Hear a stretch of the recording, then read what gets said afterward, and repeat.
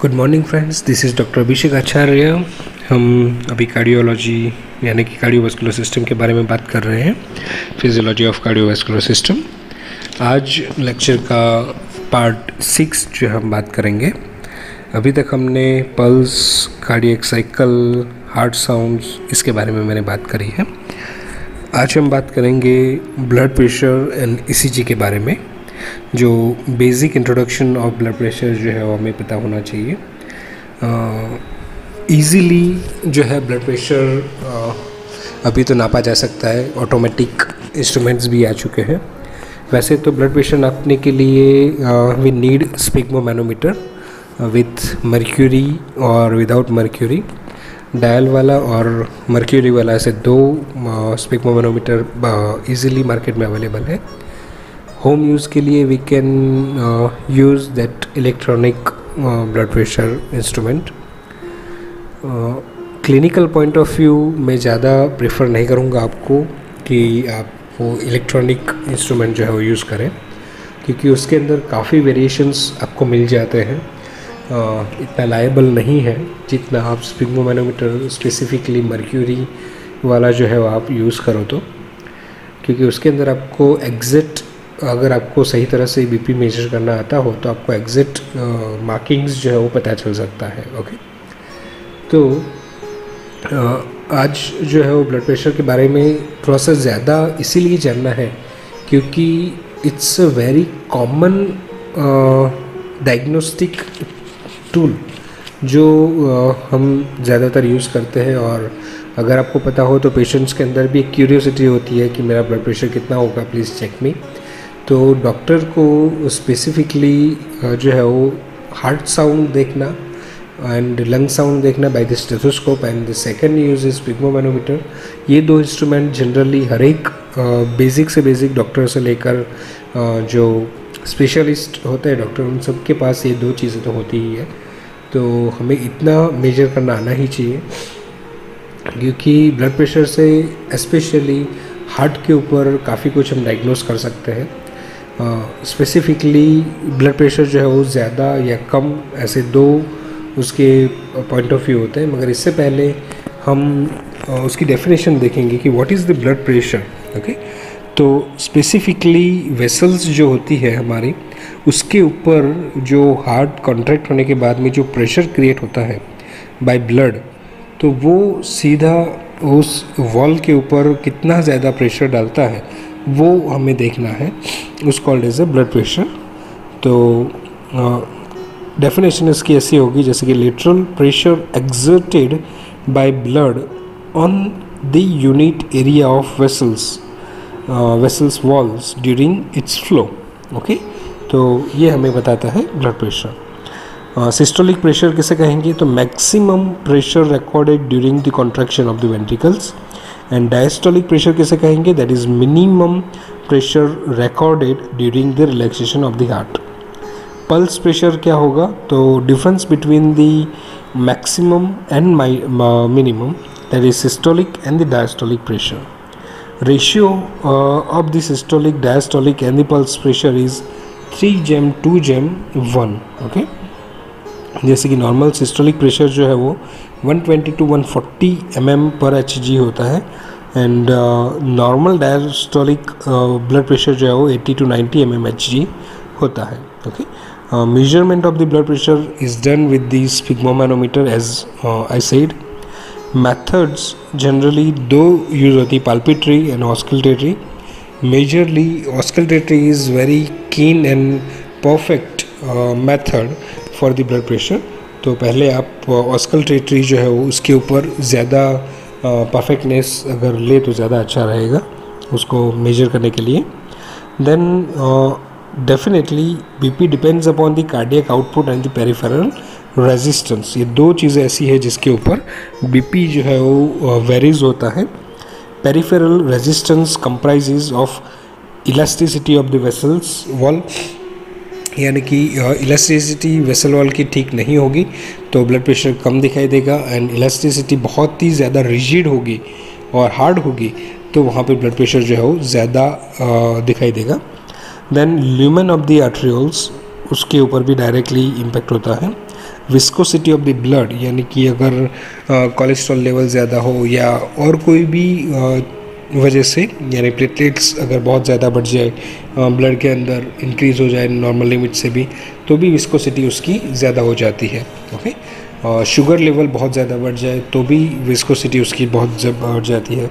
तो ये सारी चीज़ें जो है वो डायरेक्टली इसके ऊपर इम्पेक्ट करेगी ब्लड प्रेशर के ऊपर। Okay, the fourth one is the velocity of the blood, यानी कि कितनी गति से जो ब्लड है वो मूव हो रहा है। अगर उसकी गति बहुत ही ज़्यादा होगी तो ऑब्वियसली ब्लड प्रेशर जो है वो ज़्यादा आपको मिलेगा, और गति अगर कम होगी तो उसका ब्लड प्रेशर कम दिखाई देगा। तो ये डायरेक्टली उसके ऊपर इम्पेक्ट करता है। Second thing that is physiological variations in the BP. कहाँ पे जो है वो वेरिएशंस आते हैं बीपी के अंदर। First thing, systolic BP increases with age. Okay, तो नॉर्मली और हमारे आयुर्वेद के अंदर भी आपको पता है कि वहाँ पे क्लियरली बोला गया है कि जैसे जैसे एज बढ़ती है वात दोष जो है उसका इम्पैक्ट बढ़ता जाता है, यानी कि old age is equal to वायु की एज, ऐसा हमें क्लियरली पता है। ओके, तो वात में वृद्धि अगर होती है तो वहाँ पे हार्ट रेट जो है, सॉरी बीपी जो है वो बढ़ने वाला है, तो वो आप क्लियरली वहाँ पे देख सकते हो। ओके, तो जैसे जैसे एज बढ़ती है वैसे वैसे systolic blood pressure specifically 140, 150, 80, 90 years की एज के अंदर 150 तक नॉर्मल जो है वो गिना जाता है। Then pressure increases after meal, exercise and emotional upsets. तो एक्सरसाइज के अंदर डेफिनेटली बीपी बढ़ता है। देन खाने के बाद में सर्टेन टाइम तक वहाँ पे बीपी जो है वो बढ़ा हुआ मिलता है। BP in males greater than the females. Okay, तो मेल्स के अंदर इन जनरल जो है वो ज़्यादा मिलता है। यहाँ पे आपको देखना है, वहाँ पे पल्स में फीमेल में पल्सेस ज़्यादा मिलती थी और यहाँ पे बीपी जो है वो मेल्स के अंदर ज़्यादा मिलता है। तो ये डिफ्रेंशिएट आपको पता होना चाहिए। ड्यूरिंग स्लीप, यानी कि जब भी आप रिलैक्सेशन मोड करो या योग निद्रा शवासन जैसी कोई टेक्निक यूज़ कर रहे हो, प्राणायाम, माइल्ड प्राणायाम यानी कि आनापान और सिंपल ब्रेथ वॉचिंग और दी अनुलोम विलोम जैसे प्राणायाम, भ्रामरी जैसे प्राणायाम करते हो, तो वहाँ पे भी आपको जो बीपी है वो लोअर साइड पे दिखेगा। स्लीप के अंदर जो बीपी मिलता है जनरली इट्स लोएस्ट बीपी जो फाउंड आउट किया गया है। पैथोलॉजिकली जो है वो हाइपरटेंशन या तो ब्लड प्रेशर इंक्रीज़ होना, ओके, वो बहुत ज़रूरी है देखना, क्योंकि लो बीपी के पेशेंट्स बहुत कम होते हैं मगर हाइपरटेंशन जो है वो कॉमनली मिल जाता है। अभी के सिनेरियो में तो बहुत ही ज़्यादा कॉमन जो है वो ब्लड प्रेशर आपको मिल जाएगा।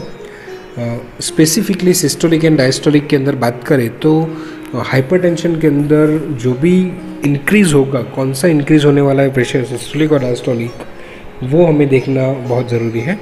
इन जनरल दोनों ही ज़्यादा होते हैं मगर कंपैरेटिवली अगर देखने जाए तो सिस्टोलिक ब्लड प्रेशर जल्दी से इंक्रीज़ हो जाता है रादर देन डायस्टोलिक। डायस्टोलिक जो है वो जल्दी से इंक्रीज़ नहीं होता मगर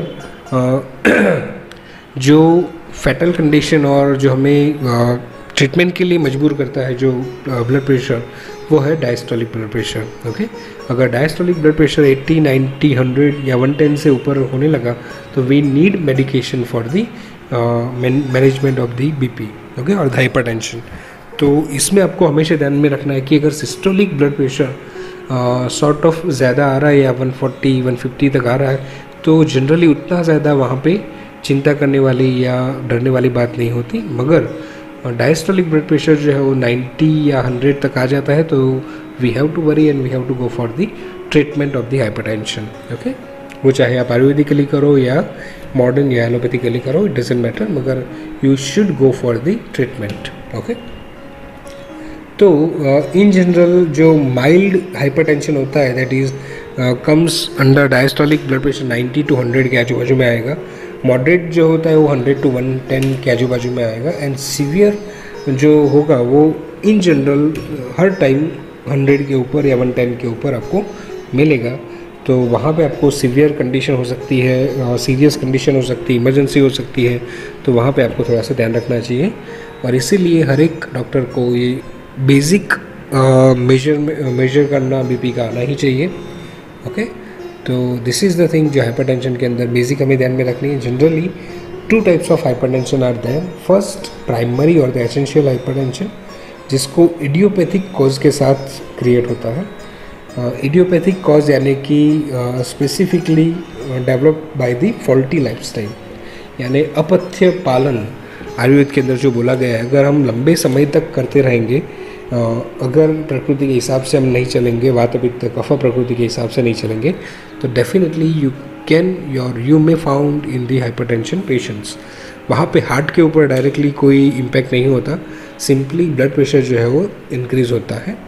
जो हमने ऑलरेडी बोला कि पेरिफेरल रेजिस्टेंस की वजह से भी ब्लड प्रेशर जो है वो इंक्रीज़ हो सकता है। ओके, तो यहाँ पे दो फर्स्ट कॉज है idiopathic, there is no specific cause can be found and it may develop due to the faulty lifestyle. Okay, ये बात हमेशा ध्यान में रखें। Secondary hypertension, that is due to disorders of other system like kidney damage और the endocrine disorder. Okay, तो secondary hypertension भी specifically kidney patients के अंदर सबसे ज़्यादा जो है वो मिलते हैं। किडनी डैमेज अगर हो रही हो, एंडोक्राइन सिस्टम स्पेसिफिकली हाइपरथायरॉयडिज्म और द एड्रिनल ग्लैंड जो है उसमें अगर ज़्यादा ये एड्रिनालिन और एड्रिनालिन एपिनेफ्रिन वगैरह हार्मोन्स जो है वो सिक्रीट होता है, तो भी ब्लड प्रेशर जो है इंक्रीज़ हो सकता है। स्ट्रेसफुल कंडीशंस, अगर लगातार स्ट्रेसफुल कंडीशंस होंगी तो भी वहाँ पे just because of triggering of autonomic nervous system, that is sympathetic nervous system के बार बार ट्रिगर होने की वजह से भी आपको जो है वो ब्लड प्रेशर ज़्यादा मिल सकता है। ओके, तो this is the basic pathophysiology of the hypertension जो हमें बेसिकली जानना है। यहाँ पे ये बुक में ज़्यादा डिटेलिंग नहीं है, मगर आई एडवाइज़ कि आप जो आर्टेरियल ब्लड प्रेशर जो है वो स्पेसिफिकली एक बार रेफ़र कर लेना समूलिंगम में से, तो उसमें आपको ज़्यादा थोड़ा सा जो है वो चाहिए होगा, क्योंकि वहाँ पे आर्टेरियल ब्लड प्रेशर हमें थोड़ा सा एग्ज़ाम पॉइंट ऑफ व्यू देखना पड़ेगा। मैं देख रहा हूँ अगर ये भी रिकॉर्ड हो सके तो बेसिक जो इंट्रोडक्शन हमने करा ब्लड प्रेशर का, तो also we can say it arterial blood pressure. तो अगर आपको पूछा जाता है एग्जामिनेशन के अंदर आर्टेरियल ब्लड प्रेशर, तो आपको यही सारी चीज़ें जो है वो लिखनी है, मगर मैं फिर भी आपको बोलूँगा कि थोड़ा सा आप डिटेलिंग के लिए शंभुलिंगम को रेफ़र कर सकते हो। मैनिफेस्टेशन ऑफ हाइपरटेंशन हाइपोटेंशन वो थोड़ा सा मैं ब्रीफ कर लेता हूँ। तो उसके रीजंस क्या होंगे? First is the renal failure for the hypertension, यानी कि मैनिफेस्टेशन ऑफ हाइपरटेंशन के अंदर फर्स्ट कॉज होगा renal failure, left ventricular failure, myocardial infection, cerebral haemorrhage और द रेटिनल हेमरेज। ओके, इतनी चीज़ें जो है वो आपको हाइपरटेंशन में जो है वो मिल जाएगी। ओके, तो ट्रीटमेंट ऑफ द हाइपरटेंशन उसके लिए आपको डेफिनेटली डिटेलिंग तो नहीं चाहिए, मगर बीटा एड्रिनोसेप्टर जो ब्लॉकर होते हैं वो जनरली यूज़ होता है, अल्फ़ा एड्रिनोसेप्टर ब्लॉकर यूज़ होता है, वैसोडाइलेटर यूज़ होता है, डायरेटिक्स यूज़ होता है, इनहिबिटिंग ऑफ एसी जो एंजाइम है वो यूज़ होता है, angiotensin converting enzyme, then depressor of vasomotor centre उसके लिए यूज़ होता है, देन एंजियोटेंसिन 2 रिसेप्टर जो ब्लॉकर्स होते हैं वो सारी चीज़ें यूज़ होती है for the maintaining the hypertension. Okay, what is the hypotension? तो hypotension is the low blood pressure when the systolic pressure is less than 90 mmHg। Okay, तो सिस्टोलिक जो है वो जनरली 120 के आसपास रहता है, वो 90 से नीचे अगर कंटिन्यूसली आ जाए तो वहाँ पे हाइपोटेंशन जो है वो माना जाता है। टाइप्स 2 तरह के होते हैं, primary hypotension and secondary hypotension. As it is primary hypotension there is no cause for it particularly, मगर it may lead because of the fatigue और वीकनेस और malnutrition etcetera. Secondary hypotension जो होता है वो generally myocardial infection, hypoactivity of pituitary gland, then hypoactivity of adrenal gland, tuberculosis, nervous disorder, तो ये सारी चीज़ों के अंदर जो है वो हाइपोटेंशन आपको इजीली मिल जाएगा। ओके, तो बेसिक आपको जो ध्यान में रखना है, जो आपको खास आर्टेरियल ब्लड प्रेशर के अंदर अगर पूछा जाता है तो इतनी चीज़ें आपको देखनी है। Specifically applied physiology is most important in the BP concept. तो ये दोनों चीज़ें आप याद रखें और बेटर कि थोड़ा सा डिटेलिंग भी करें उसके लिए। तो this is for today. Doctor Abhishek Acharya, thank you so much for the listening. ECG जो है वो हम नेक्स्ट पार्ट के अंदर देखेंगे, क्योंकि आपको ये टॉपिक थोड़ा सा हैवी है, इसलिए मैं छोटे छोटे लेक्चर्स आपको बना रहा हूँ। तो आप बार बार उसे सुनेंगे और पर्टिकुलर टॉपिक पकड़ के चलेंगे तो आपको ईजी होगा सुनने में। So thank you so much for the listening, and share and subscribe my channel. Also share my lectures जो आप अभी सुन रहे हो. Thank you so much. Have a nice day.